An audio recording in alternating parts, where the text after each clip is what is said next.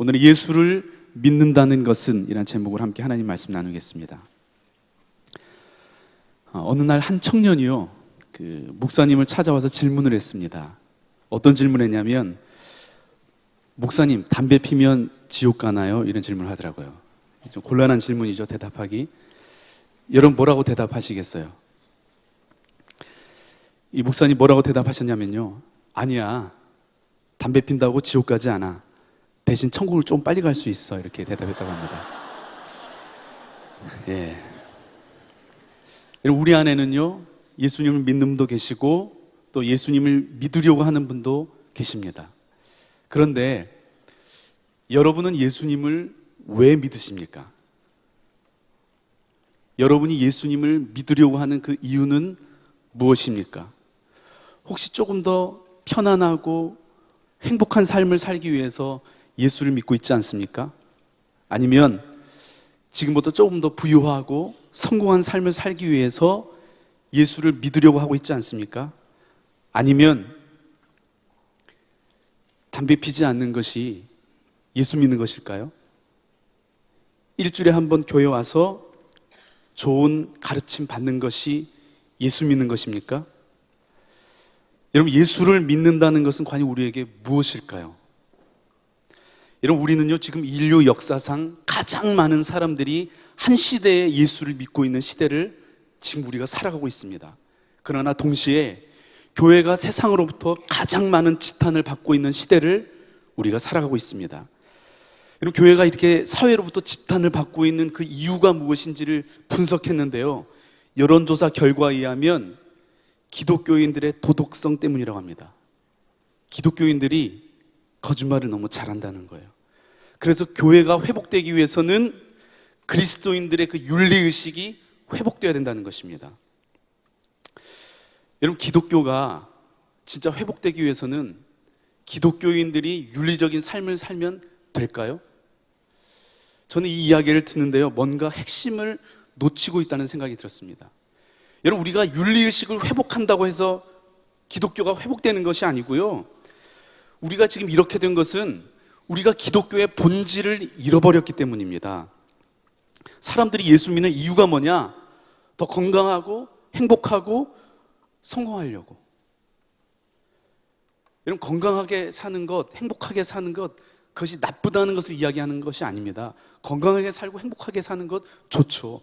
그러나 그것이 기독교의 본질은 아니라는 것입니다. 왜냐하면 여러분, 지금 이 순간에도요, 지구촌 곳곳에서는 1억 명의 사람이 예수를 믿는다는 이유 때문에 핍박을 받고 있습니다. 지금도 5분마다 한 명씩 예수를 믿는다는 이유 때문에 순교를 당하고 있습니다. 여러분, 우리가 예수 믿는 이유가 건강하고 행복하게 사는 것이라면 여러분, 이것들을 우리가 어떻게 설명할 수 있어요? 여러분, 그렇다면 진짜 기독교의 본질은 무엇일까요? 그것은 바로 구원입니다. 우리가 예수를 믿는 이유는 구원 때문입니다. 그리고 이 구원을 주는 그 기쁜 소식을 우리는 복음이라고 합니다. 여러분, 그렇다면 우리를 구원한 그 복음의 본질은 무엇일까요? 첫째, 우리는 모두 죄인이라는 것입니다. 따라합시다. 우리는 모두 죄인입니다. 우리 창세기 1장을 보면요, 우리가 믿고 있는 하나님은 천지를 창조하신 창조주이십니다. 그리고 그 하나님의 형상대로 창조된 인간은요, 그 하나님과의 관계 안에서 누리는 풍성함이 그들 안에 있었습니다. 그런데 그 인간이 어떻게 되죠? 오늘 본문 1절에 보면 이렇게 되어 있습니다. 그는 허물과 죄로 죽었던 너희를 살리셨도다. 허물과 죄로 죽었던 너희를, 이렇게 되어 있습니다. 그리고 인간이 어떻게 되어 있어요? 죽었습니다. 앞으로 죽게 될 거야가 아니라 이미 죽은 것입니다. 여러분, 여기에서 말하는 죽음은 하나님과의 관계가 깨어진 죽음을 이야기하는 것입니다. 여러분, 인간이 왜 이렇게 죽게 되었습니까? 허물과 죄 때문에. 여러분, 허물과 죄는요, 우리가 살아가면서 짓게 되는 그 윤리적이고 도덕적인 죄를 이야기하는 것이 아닙니다. 허물이란 무슨 뜻이냐? 정도에서 벗어났다, 이런 뜻입니다. 죄는 관역에서 빗나갔다, 이런 뜻입니다. 이것은 인간이요, 하나님께서 만들어 놓은 그 길에서 벗어났고 하나님의 창조 목적에서 빗나갔다는 것입니다. 그럼 창세기를 보면 하나님께서 아담을 위해서 에덴 동산을 지으시죠. 그리고 그 아담에게 에덴 동산의 자유이용권을 줍니다. 마음껏 이용하라고. 근데 시간이 지나자 아담이 어떻게 해요? 하나님께 소유권을 주장합니다. 소유권을 내놓으라고. 여러분, 죄란 뭐냐? 사용권이 있는 사람이 소유권을 주장하는 것이 죄입니다. 여러분, 탕자 이야기 아시죠? 아버지가 아직 살아계시는데 이 아들이 아버지에게 재산을 달라고 해서 아버지를 떠납니다. 그리고 나가서 허랑방탕하게 살면서 온갖 죄를 짓고 결국 모든 재산을 다 탕진해 버립니다. 그럼 이 아들이 지은 많은 죄가 있지만요, 그 중에 가장 큰 죄는 이 아들이 여자들과 놀아나고 허랑방탕하게 살고 그런 죄가 아니고요, 아버지를 아버지로 인정하지 않은 것이 이 아들이 지은 가장 큰 죄입니다. 여러분, 인간의 가장 큰 죄란 바로 이것입니다. 하나님을 하나님으로 인정하지 않고 내가 내 인생의 주인이 되어서 내 마음대로 살아가는 것, 여러분, 이것이 바로 죄입니다. 그리고 그 죄로 말미암아 우리가 죽게 되었다는 것입니다. 그런데 오늘 본문을 보면요, 죽은 사람들에게 두 가지 특징이 있다는 거예요. 첫 번째 뭐냐면, 죽은 사람들은 세속적 가치관을 쫓아 살아간답니다. 오늘 2절을 한번 읽어볼 거예요. 2절 한 목소리로 읽어보겠습니다. 시작. 그때 너희는 그 가운데서 행하여 이 세상 풍조를 따르고 공중의 권세 잡은 자를 따랐으니 곧 지금 불순종의 아들들 가운데 역사하는 영이라. 그때 너희는, 이건 뭐냐면요, 너희가 죽었을 때에, 이런 뜻입니다. 너희가 죽었을 때 어떻게 됐느냐? 이 세상의 풍조를 따르고, 이것은요, 이 세상의 문화와 유행을 따라서 사는 것을 이야기합니다. 사람들이 이 세상의 문화와 유행을 따라 산다는 거예요. 근데 그 문화와 유행을 조종하는 그 배우가 누구냐? 공중의 권세 잡은 자, 불순종의 아들들 가운데서 역사하는 영. 뭐예요? 마귀라는 것입니다. 여러분, 마귀는요, 문화와 유행을 통해서 우리로 하여금 세속적인 가치관을 추구하며 살아가게 합니다. 여러분, 세속적 가치관의 핵심이 뭡니까? 비교의식입니다. 마귀는요, 우리로 하여금 끊임없이 사람들과 비교하게 함으로 말미암아 우리의 인간성을 파괴하고 있습니다. 우리 자매님들 미용실 가실 때 어떻게 가시죠? 핸드폰에 우리 자매님들 전지현, 송혜교, 우리 김태희 사진을 캡처해서 갑니다. 뭐 어쩌라는 거예요? 우리 선생님들이 무슨 죄가 있습니까? 예? 여러분, 전지현과 어떻게 여러분을, 그거 안 되는 거예요. 여러분, 그거 들고 갔다는 게 뭐예요? 그건 마귀의 역사라는 거예요. 상식적인 사람이라면 전지현 사진을 들고 가서 머리 그렇게 얘기할 수 없어요. 예화가 좀 썩었네요, 이건. 예, 잘못한 것 같아요, 제가. 예.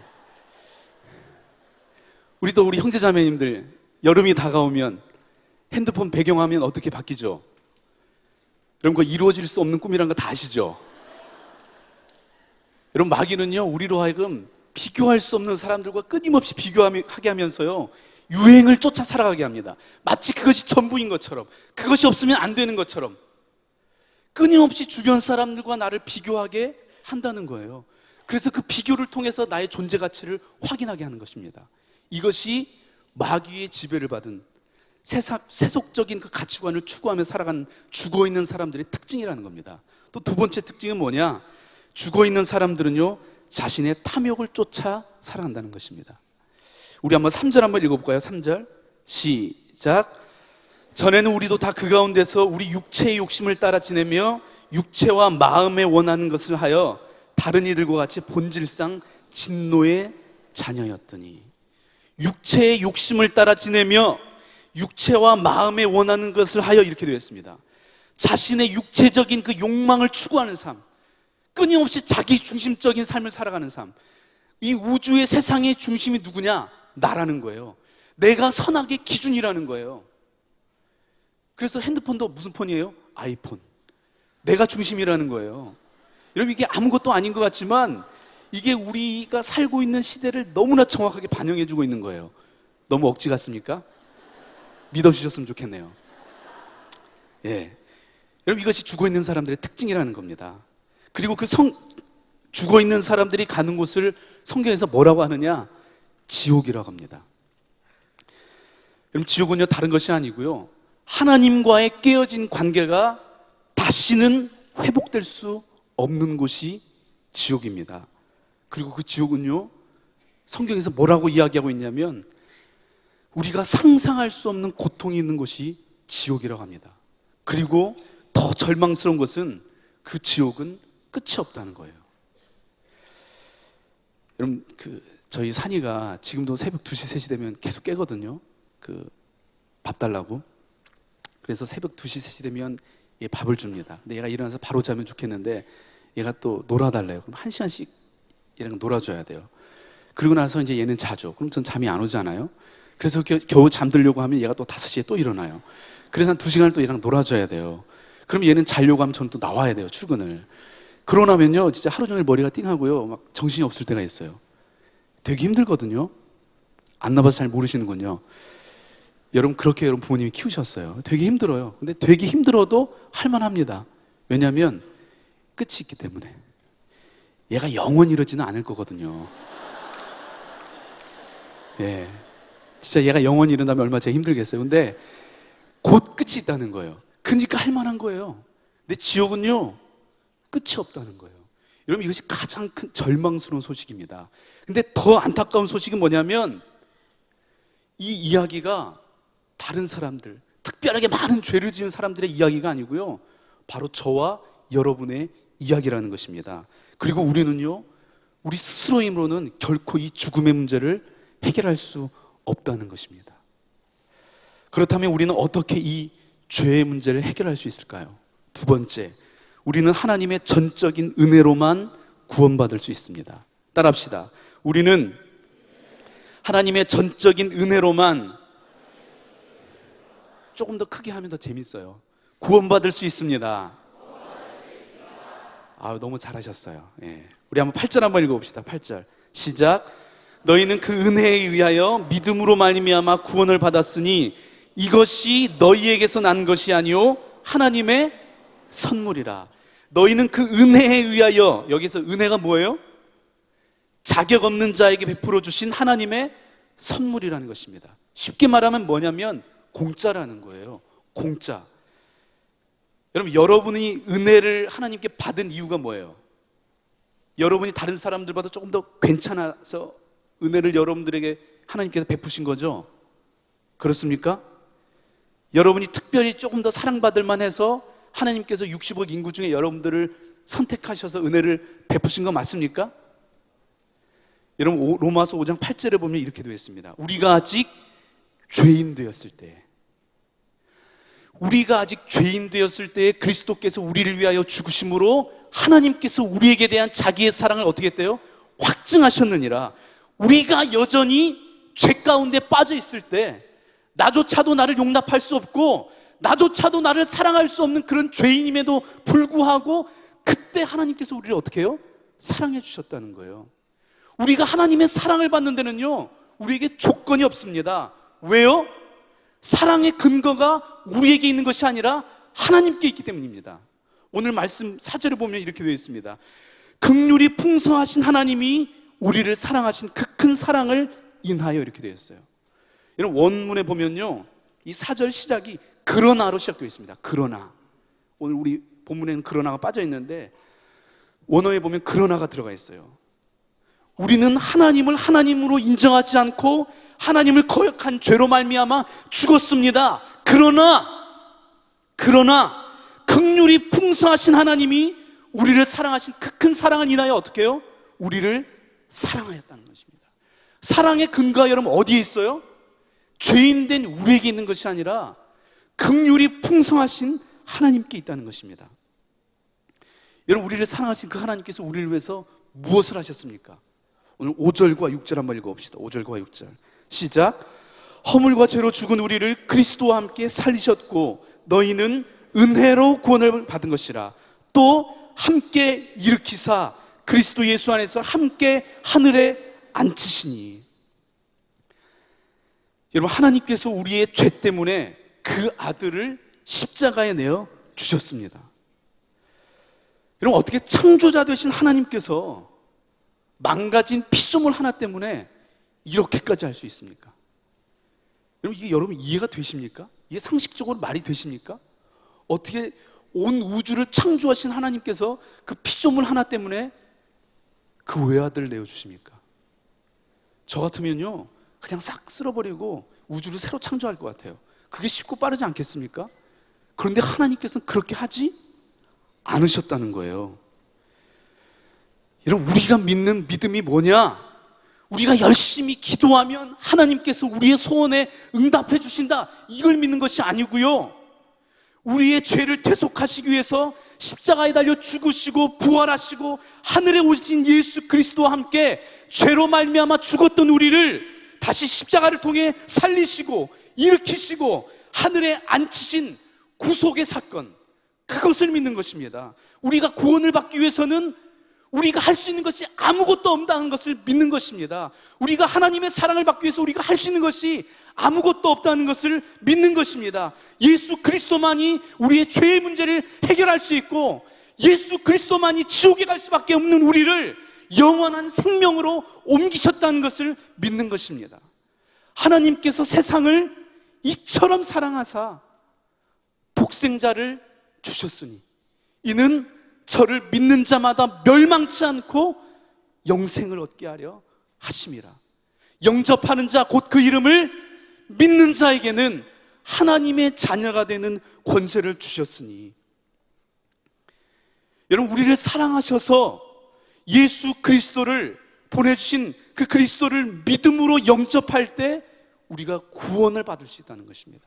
여러분, 우리가 믿는 믿음은 예수 그리스도께서 하나님의 아들이시며 우리를 구원하신 구속자라는 것을 믿는 그 믿음입니다. 예전에 우리 공동체에 한 형제가요, 전도를 해왔어요. 전도를.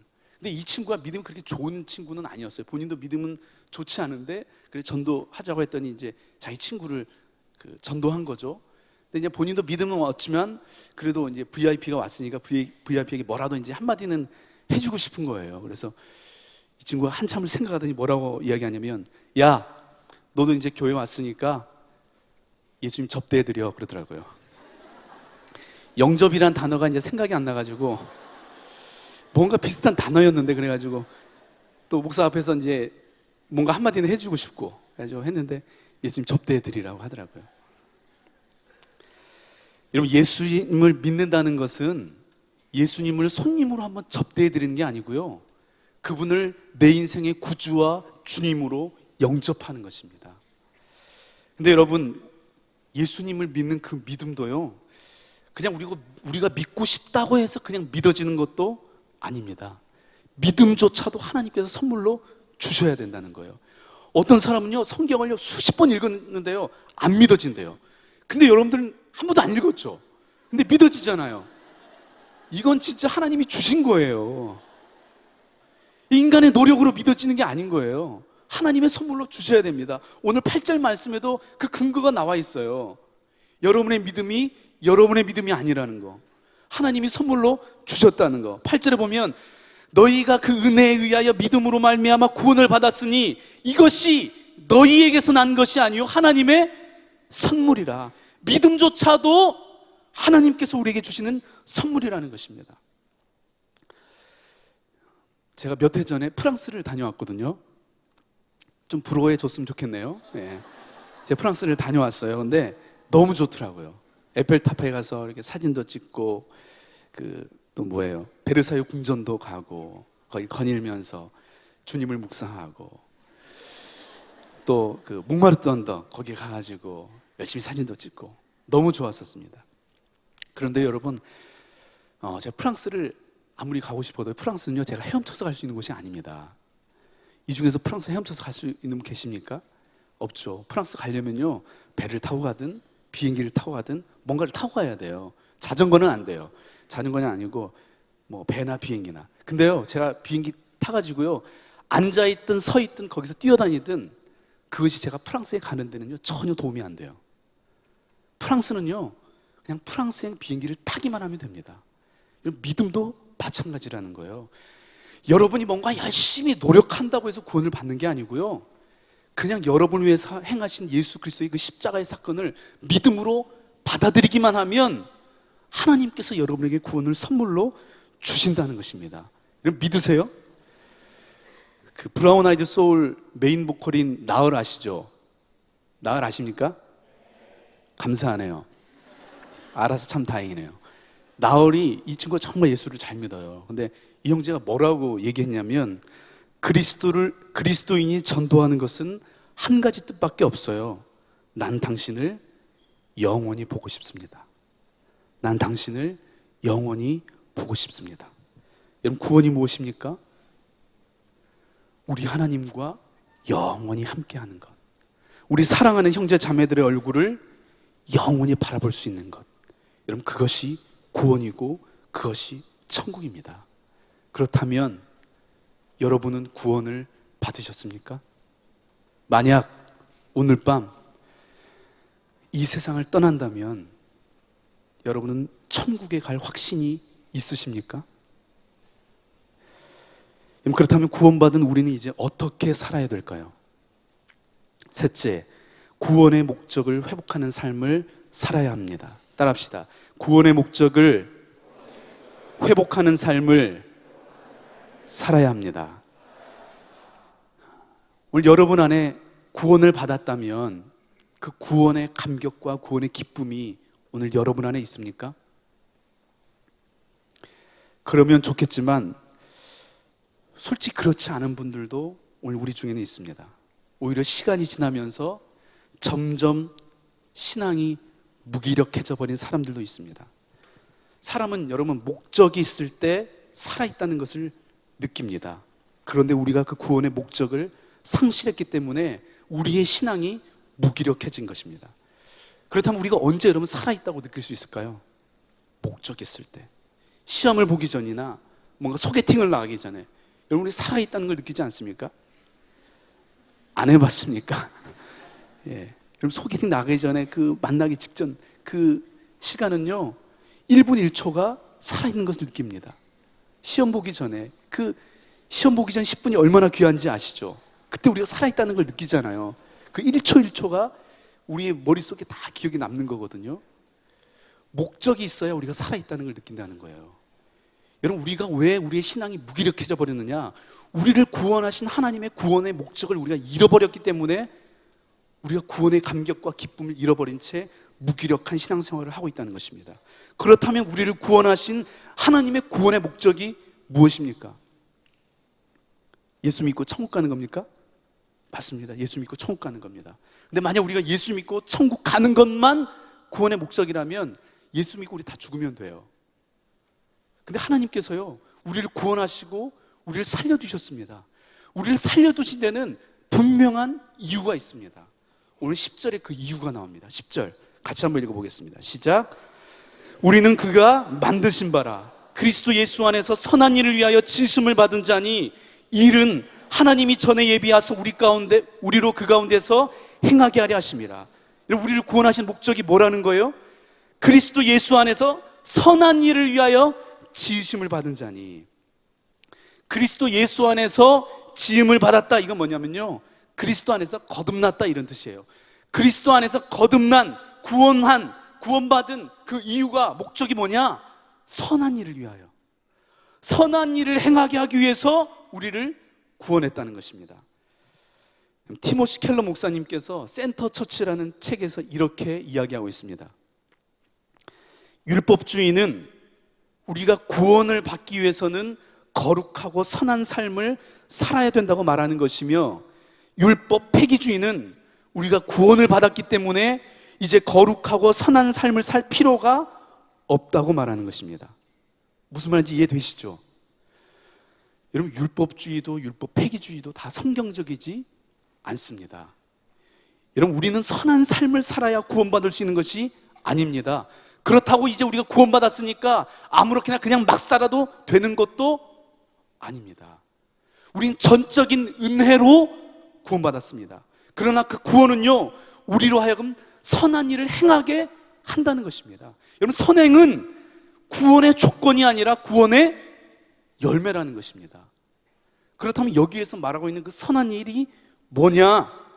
먼저 비교의식이 아니라 창조의식을 가지고 사는 것입니다. 주님께서 우리에게 말씀하시는 그 선한 일이란 뭐냐? 비교의식이 아니라 창조의식을 가지고 사는 것입니다. 10절에 보면 뭐라고 되어 있냐면 우리는 그의 만드신 바라 이렇게 되어 있습니다. 우리는 그의 만드신 바라. 이게 원어는요 포이에마입니다. 포이에마, 걸작품이라는 뜻이에요. 걸작품. 이것은 구원받은 우리가 어떻게 지어진 존재인지를 기억하며 살라는 것입니다. 여러분, 세상은요 우리를 상품 취급합니다. 그러나 하나님께서는 우리를 향해서 하나님께서 직접 창조하신 걸작품이라는 거예요. 여러분, 상품과 그 작품의 차이를 아시죠? 상품은요 비교를 통해서 약한 것은 도태되고 더 좋은 것만 살아남는 것이 상품입니다. 그래서 우리 핸드폰 나오면 어떻게 해요? 안 좋은 건 계속 없어지고 새로운 것으로 계속 더 좋은 제품, 더 기능이 뛰어난 제품들로 업그레이드 되죠. 여러분, 그래서 사람들이 어떻게 하냐면 끊임없이 자신을 업그레이드 하는 겁니다. 왜? 더 좋은 상품이 되기 위해서. 그런데 오늘 성경은 우리에게 뭐라고 얘기하느냐? 우린 작품이라는 거예요. 여러분, 작품은 비교할 수 있는 것이 아닙니다. 그럼 이제 여러분들 옆에 있는 사람들과 비교할 필요가 없습니다. 미용실 가면서 이상한 사진 들고 갈 이유가 없습니다. 왜 쟤는 저렇게 키가 큰데 나는 왜 이렇게 키가 작을까? 우리 세일 형제는 저렇게 몸매가 축복받았는데 나는 이게 몸매가 뭘까? 쟤는 눈이 저렇게 크고 예쁜데 왜 내 눈은 단추구멍처럼 이게 뭘까? 여러분, 그렇게 비교하면서 스트레스 받고 여러분 자신을 자학할 필요가 없다는 거예요. 왜요? 여러분, 상품이 아니기 때문에. 비교하는 순간 여러분이 여러분 자신을 상품 취급하는 것입니다. 아멘이세요? 여러분은 비교해도 되는 상품이 아니라 비교할 수 없는 작품입니다. 아멘이시죠? 또 이 상품은요 구매자가 그 가치를 결정합니다.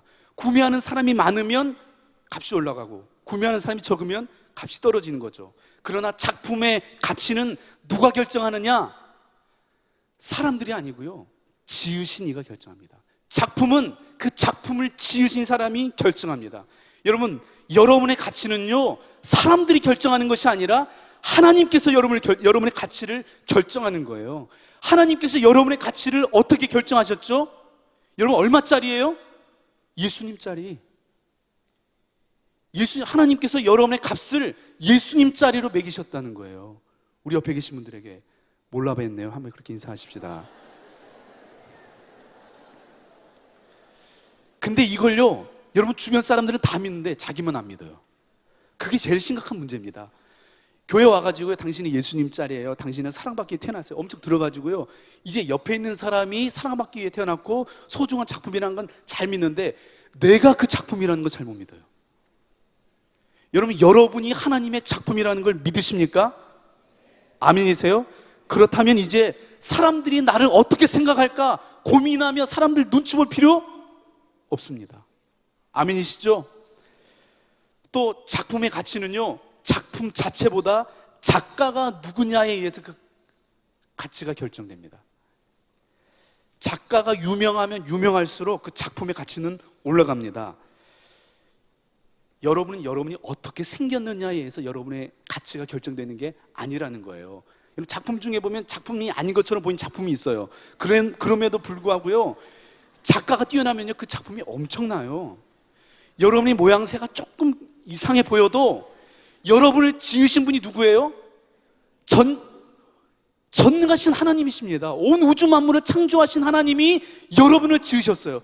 그렇기 때문에 여러분의 모양 때문에, 여러분의 왁구 때문에 여러분의 가치가 결정되는 것이 아니라 오늘 우리를 지으신 하나님에 의해서 우리의 가치가 결정됩니다. 아멘이세요?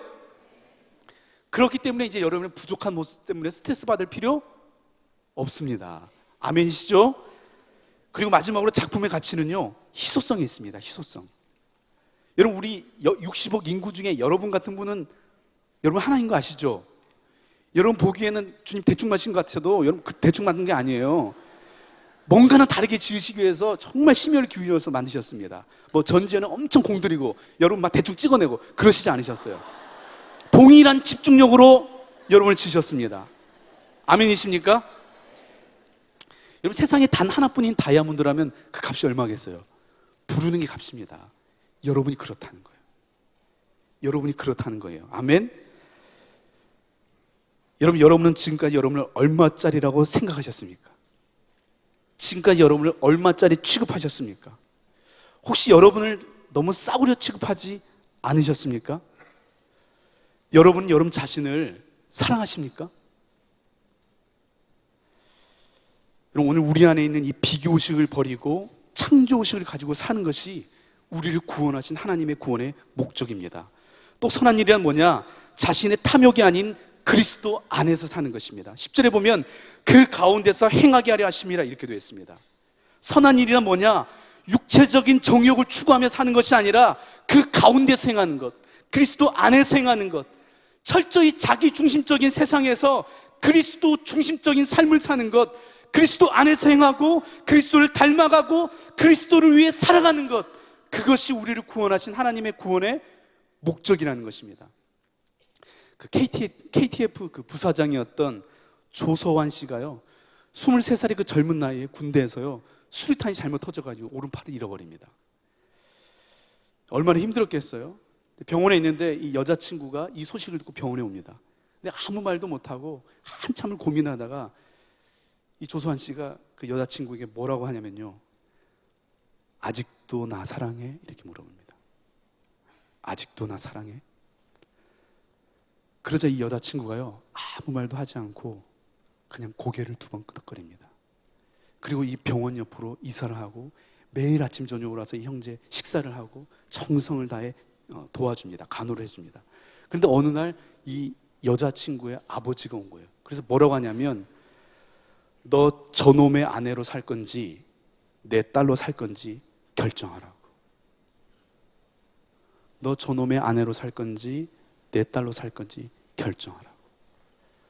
그러자 그 여자친구가 그 아버지에게 뭐라고 얘기하냐면, 아버지, 절대 그런 일은 없겠지만 만약 아버지께서 사고가 나서 한쪽 팔을 잃어버렸을 때 어머니가 어떤 태도를 아버지에게 보기를 원하세요? 한쪽 팔 없는 남자와는 살 수 없다고 하면서 다른 남자와 재혼하기를 원하세요?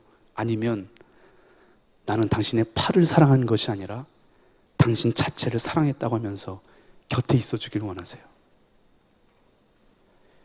그 말을 듣고 아버지가 아무 말도 못하고 그냥 돌아갔다고 합니다. 근데 그 모습을 지켜보던 조소환 씨가요, 마음속으로 그런 결심을 했다고 합니다. 내가 앞으로 평생 이 여자를 위해 살자. 내가 이제 이 여자를 위해 살자. 여러분, 받을 수 없는 사랑을 받은 사람은 이제 더 이상 자기 자신을 위해 살지 않습니다. 뭘 해도 그 사람을 생각하며 살게 되어 있습니다. 오늘 여러분은 어떠십니까? 무엇을 하든 예수님을 생각하며 살고 있습니까? 예수님이 여러분의 모든 것이 되고 있습니까? 지난주에 제가 한 자매를 만나서 대화를 하는데요, 이 자매가 직장 생활을 너무 힘들게 하는 거예요. 상사가 기분이 나쁘다고 이 자매 얼굴에 막 수건을 집어 던지고요, 나이가 어리다고 너무나 비인격적으로 대하는 거예요. 여러분 같으면 어떻게 하시겠어요? 당장 그만두지 않겠습니까? 근데 이 자매가 뭐라고 하냐면, 목사님, 정말 너무 힘들어서 그만두고 싶은데 그래도 기도하고 있어요. 하나님께서 그 사람에게 복음을 전하기 원하시는 것 같아서 지금 기도하면서 참고 있어요. 솔직히 힘들 때는 얼굴 보는 것조차도 너무 힘든데 하나님께 제 마음 열어달라고 기도하고 있다고. 기도해달라고. 너무 속상해서 화가 나기도 하고 너무 힘들어서 눈물도 흘리고, 근데 그럼에도 불구하고요, 하나님께서 이 자매 마음에 그 사람도 복음을 들어야 된다고, 그 사람에게도 복음을 전해야 된다는 그 마음을 주셔가지고요, 그만두지를 못하고 기도하는 거예요. 여러분, 원래 이 자매가 이런 자매가 아니었어요. 근데 이 자매가 진짜 복음을 경험하니까요, 삶의 방식이 달라집니다. 여러분, 이렇게 사는 것이 바보 같아 보이고 멍청해 보이고 미련해 보이지만, 여러분, 이렇게 사는 것이 우리를 구원하신 하나님의 목적에 맞는 그 선한 행위가 아닐까요?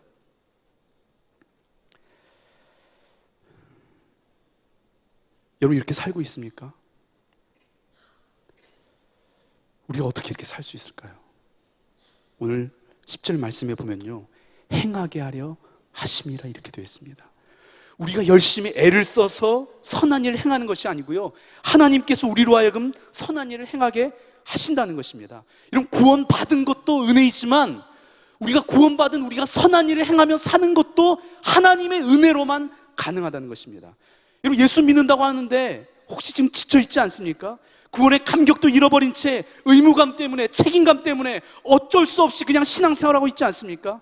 예배를 드리고 났는데도 여전히 마음이 지치고 공허하십니까? 왜 그럴까요? 왜 그럴까요? 내 힘으로 뭔가를 해보려고 애쓰고 있기 때문이 아닐까요? 여러분, 우리는 우리 힘으로 사는 것이 아니라 단 하루를 살아도 하나님의 은혜로 사는 것입니다. 그리스도 안에 거하기만 하면 하나님께서 하신다는 것입니다. 여러분, 다시 우리 하나님의 은혜를 붙드십시다. 다시 예수님께 붙들립시다. 하나님, 저 여기 왔어요. 하나님, 저 은혜가 필요해요. 하나님, 저 다시 붙들어 주세요. 저 다시 시작하고 싶어요. 저도 다시 일어나고 싶어요. 하나님, 나를 붙들어 달라고. 오늘 우리가 하나님 앞에 나와 부르짖으며 엎드릴 때 오늘 주께서 우리를 다시 한번 일으켜 세워주시고 오늘 잃어버린 우리 안에 구원의 기쁨과 감격을, 구원의 목적을 다시 회복시켜 주실 줄로 믿습니다. 여러분, 예수 믿으십니까? 기도하겠습니다.